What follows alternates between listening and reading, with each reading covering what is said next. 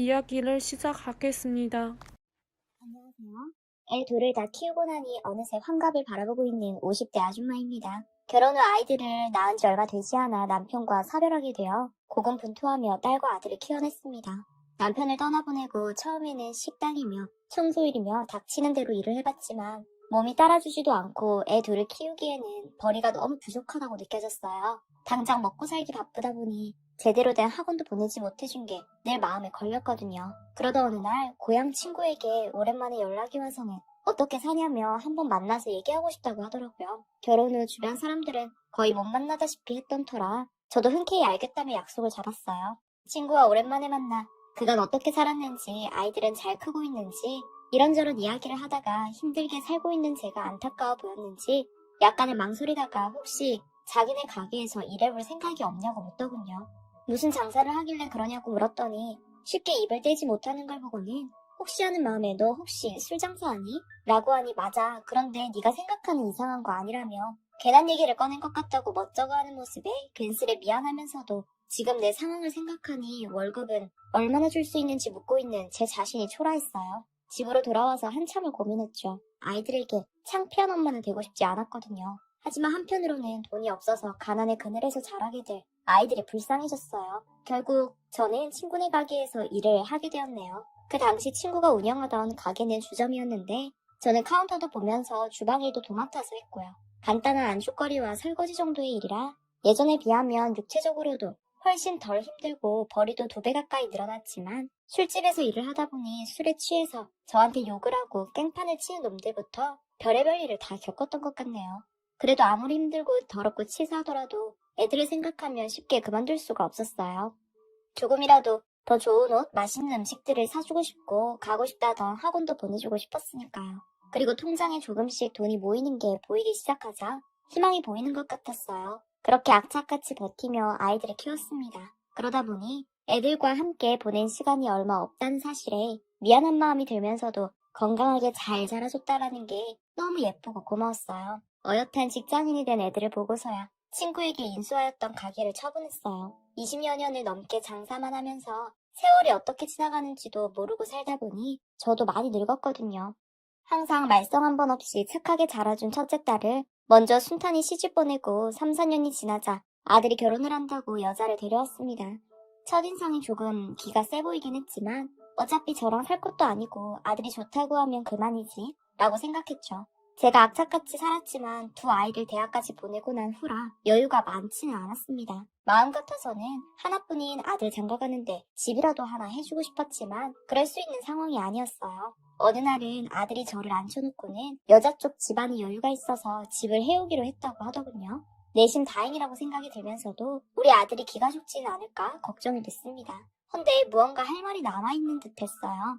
편하게 말해보라고 하니 혹시 지금 살고 있는 집을 정리하고 자기는 신혼집에 들어올 생각이 없느냐길래 내가 그 집에 들어가면 며느리 될 애가 싫어하지 않겠냐고 했죠. 그랬더니 아니라며 그런 걱정은 하지도 말고 그냥 같이 살았으면 한다길래 알겠다고 했어요. 지금 생각해보면 그때 딱 잘라 거절을 했어야 했는데 제가 참 어리석었던 것 같아요. 아들과 며느리는 둘 다 직장을 다녔기 때문에 저는 집에서 청소를 하고 빨래를 하고 애들이 퇴근하는 시간에 맞춰 밥을 차려놔야 했어요. 나이가 들어서 조금 힘들긴 했지만 그것보다 힘든 건 아들이 없을 때면 저에게 반말을 하는 며느리 때문이었죠. 그래도 초창기에는 그러지 않았는데 같이 사는 시간이 늘어나자 말이 점점 짧아지기 시작했어요. 하루는 제가 잘 모르고 며느리의 물건을 버린 적이 있었는데 며느리는 소리를 꽥꽥 지르면서 어머님 이걸 버리시면 어떡해요? 버릴 물건인지 안 버릴 물건인지 구분도 못하세요? 나 참 눈이 있는지 없는지 하더군요. 참다 저는 시어머니한테 이딴 식으로밖에 말 못하냐고 했더니 본인이 집도 해오고 용돈도 따박따박 주지 않냐며 오히려 저를 잡아먹다시피 대꾸하더군요. 기싸대기라도 한 대 때리고 당장 그 집을 나오고 싶었지만 아들을 생각하니 그럴 수가 없었어요. 며느리가 임신을 하면서 집에 함께 있는 시간이 길어지자 더욱 가관이더라고요. 밖에서는 어떤지 몰라도 집에서는 꼼짝도 안 하고 아들이 오면 자기 혼자 온갖 집안일을 다 한 것처럼 구는 게 기가 찼습니다. 아들한테 며느리 흉이라도 볼라치며 눈치가 얼마나 빠른지 여시 같은 것이 무슨 얘기를 하냐며 달라붙기 일쑤였고 아들도 엄마가 잘 몰라서 그런다며 엄마야말로 와이프한테 좀 잘해주라는 말에 할 말이 이렇습니다. 내 편이라곤 종종 전화를 걸어주는 타지에 있는 딸뿐이었지만 육아를 하느라 바빠 연락도 자주 하지 못했을 뿐더러 힘들어하는 딸에게 하소연도 못하겠더군요. 그러던 중에 손주 녀석이 태어났습니다. 남들은 손주가 생기면 그 아이 보는 낙에 산다던데 저도 물론 예쁘기야 했지만 육아마저 제 몫이 되자 정말 너무 힘들었어요. 아들은 회사 일이 점점 바빠져서 집에 붙어있는 시간이 별로 없었고 며느리는 육아에는 관심도 없고 그저 아이 사진이나 찍고 하루 종일 핸드폰만 붙들고 살더군요. 그렇게 지옥 같은 삶이 이어지던 날 장을 보고 집에 가던 길에 누군가 제 이름을 부르는 목소리에 귀를 돌아봤어요.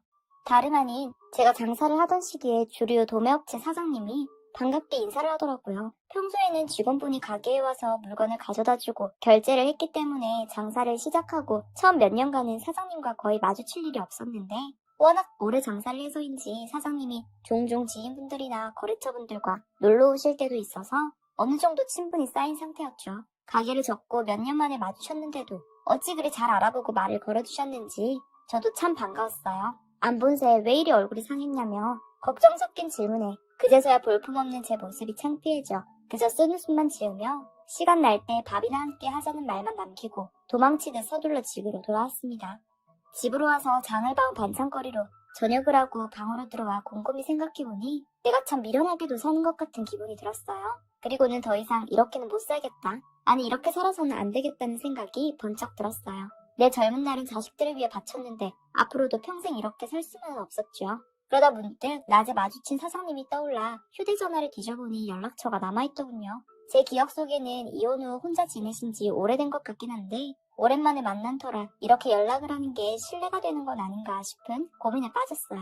그저 우연히 마주쳐 반가워 인사를 했던 것뿐인데 제가 괜히 연락을 해서 부담감을 주는 것 같기도 해서요. 그렇게 며칠을 고민을 하다 결국 그날 참 반가웠다며 문자를 한 통 보내게 됐습니다. 문자를 보내고 괜히 부끄러운 마음이 들어 바쁘게 집안일을 하다 보니 전화벨이 울려 확인해보니 사장님이었어요.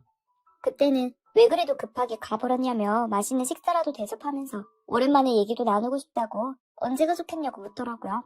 약속을 정하고 전화를 끊고 나서 마치 어린아이처럼 들뜬 목소리로 통화를 했다는 사실에 피식하고 실소가 나왔어요. 나이 먹고 참 주책이다 싶었죠. 3일 뒤 사장님과 만나 이런저런 이야기를 나누며 한정식을 먹은 뒤 커피숍으로 자리를 옮겨 얘기를 마저 하다 보니 시간이 생각보다 많이 흐른 걸 알았어요. 그 전부터 항상 느꼈지만 매너도 참 좋고 서로 이야기가 잘 통한다고 생각했었는데 이렇게 가게가 아닌 곳에서 만나서 밥도 먹고 이야기를 나누니 오래 봐왔던 사람인데도 달리 느껴지더라고요. 긴 세월을 혼자서 보내왔던지라 이제 이런 감정은 느낄 일이 없겠구나 싶었지만 상대방을 배려하는 마음씨와 말투를 가진 사람을 만나니 약간 욕심이 나는 기분도 들었고요. 그런 마음을 가진 게 저뿐만은 아니었는지 저희는 몇 번의 만남을 더 가지게 됐고 제 상황을 알게 된 사장님은 많이 힘들었겠다며 저를 안아주시곤 괜찮다면 옆에서 지켜주고 싶다고 하셨어요. 사장님과 연인이 된 후로 제가 밖에 나가는 일이 작고 전보다 집안에 신경을 제대로 못 쓰게 되자 며느리는 늘 신경질적으로 짜증을 냈지만 제 마음에 여유가 생겨서인지 별로 여의치 않게 되더라고요. 그쯤 사장님이 그 집에서 나와 본인의 집으로 들어오는 건 어떠냐고 했어요. 제가 아마 더 젊고 자식들을 결혼시키지 않았더라면 거절을 했을지도 모르지만 제가 얼마나 더 살지도 모르는데 그저 마음이 내키는 대로 행동하는 게 맞다고 생각되어 동의를 했어요. 마음 같아선 말도 없이 짐만 싸서 나가버리고 싶었지만 아들에게 이야기는 해줘야겠다 싶더군요. 그날 저녁 식사를 하며 이제 이 집에서 나가서 살 거니 그렇게 알고 있으라고 말하자 아들이 깜짝 놀라며 갑자기 무슨 소리냐며 그럼 어디 가서 살 생각이냐고 하더라고요.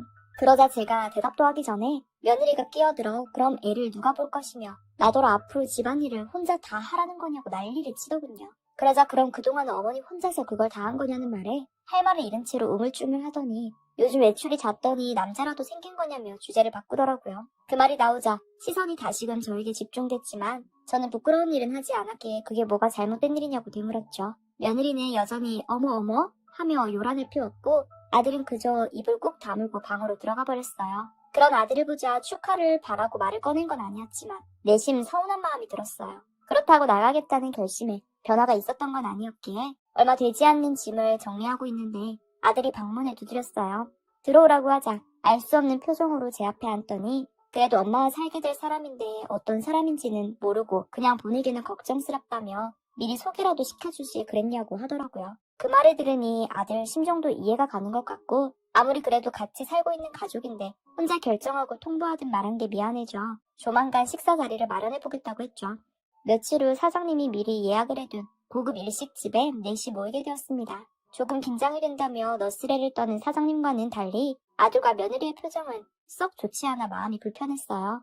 식사를 하던 도중 며느리가 먼저 뭐 하시는 분인지 질문을 꺼냈어요. 웃으며 조그만 사업을 하고 있다고 대답하자 무슨 사업을 하느냐, 어머님이랑은 어떻게 만나게 되신 거냐며 꼬치꼬치도 캐묻더군요. 오래 사업을 했던 사람이라 당황하지 않고 잘 대답을 해주더라고요. 그러자 며느리가 갑자기 의심 썩어가는 눈빛으로 예전에 어머님이 술가게를 하셨다더니 혹시 거기서 손님으로 만난 거 아니냐며 건방지고 예의 없는 얘기들을 해댔어요.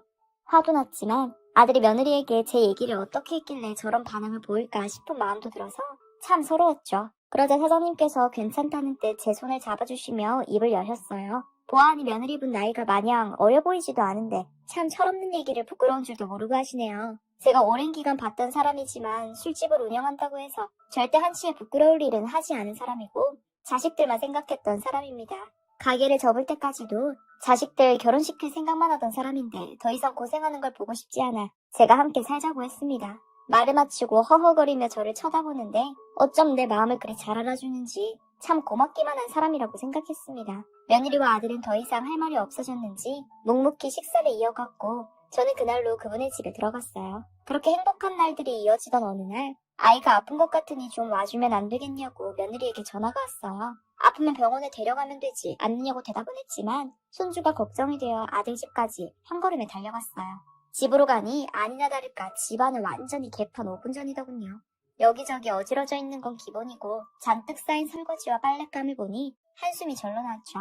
어찌나 울었는지 얼굴이 새빨개진 손주를 받아들이고는 어디가 아픈 거냐 물었더니 자기도 모르겠답니다. 다행히 열은 없는 것 같아 어디 불편한 곳은 없는지 살피며 모르고 달래 잠을 재웠죠. 아이를 눕히고 거실로 나와 소파에 너부러진 며느리에게 그동안 애를 얼마나 안 봤으며 이런 것도 감당이 안 되냐고 하고선 바로 신발장으로 향했습니다. 마음 같아선 청소라도 해주고 나오고 싶었지만 고마움을 모르는 것에는 더 이상 무엇도 해주고 싶지 않았어요. 그러자 며느리가 저를 잡고는 이렇게 빨리 가지 말고 차라도 한잔하고 가라고 하는 거예요. 그런 얘기를 할 거면 커피라도 내오면서 하라고 하자 떨떠름한 표정으로 잠시만 기다리라며 주방으로 향했어요. 그 전과 달라진 태도에 기가 찼지만 우습기도 해 며느리와 얘기를 나눴습니다. 집안일이나 육아를 도와달라는 뻔한 얘기나 할 거라는 예상과는 달리 며느리가 이렇게 달라진 태도를 보이는 데에는 다른 이유가 있더라고요. 넉넉한 집안에서 살아 씀씀이가 해뻤던 며느리는 일을 그만두고 제 아들이 벌어온 돈만으로는 부족하다 느꼈는지 친정집에서 도움을 받아왔었는데 친정아버지가 하는 사업에 문제가 생겨 지원이 끊긴 모양이었어요. 평생을 편하게만 살아오다가 갑자기 돈이 부족해지자 답답함을 참지 못했겠죠. 사실 아들의 벌이가 적은 편은 아니었는데 그걸 누가 어떻게 사용하냐에 따라 다르게 느껴지는 거니까요. 결국 이야기의 요점은 어머님은 요새 여유가 좀 있지 않냐며 경제적으로 도움을 주면 안 되겠냐는 거였죠. 어이가 없었어요. 이런 여자와 결혼한 제 아들도 아들이지만 참 뻔뻔하게 짝이 없었죠. 저를 그렇게 무시할 때는 전부 잊어버리기라도 한 것 같았으니까요. 네 말 잘 알아들었으니 다시 연락한다는 말과 함께 며느리를 뒤로 한 채 아들 집에서 나왔어요. 물론 도와줄 마음은 손톱만큼도 없었습니다. 무엇보다 제가 지금 여유가 있는 건 제가 젊을 때 악착같이 일을 해서 돈을 열심히 모으고 제 곁에 좋은 분이 있어주었기 때문이지 쉽게 생긴 돈은 아니었으니까요. 그래서 아들에게 전화해 자초지종을 설명하니 한숨을 쉬며 죄송하다고 하더라고요. 요즘은 아들 부부와 거의 연락을 하지 않고 가끔 지방에 있는 딸을 만나러 가곤 합니다. 딸을 만날 때면 엄마 요즘 행복해 보인다고 참 좋아해요. 평생을 참 미련스럽게 살아왔다고 생각했고 다 키워놓은 자식도 안쓰럽기만 해서 내가 조금 더 희생하자고 생각했었는데 이 사람을 만나고 나니 제 삶도 이제서야 봄이 다시 찾아온 것 같습니다. 더 이상 욕심도 없고 앞으로 남은 여생 이 사람과 함께 평범하고 소소하게 즐기고 싶네요. 여러분, 아무리 가족이라 하더라도 때로는 냉정해져야 할 때가 오는데요. 그럴 때일수록 흔들리지 말고 내 삶의 주인이 누군지 잘 생각해보세요. 모두가 행복해졌으면 좋겠습니다.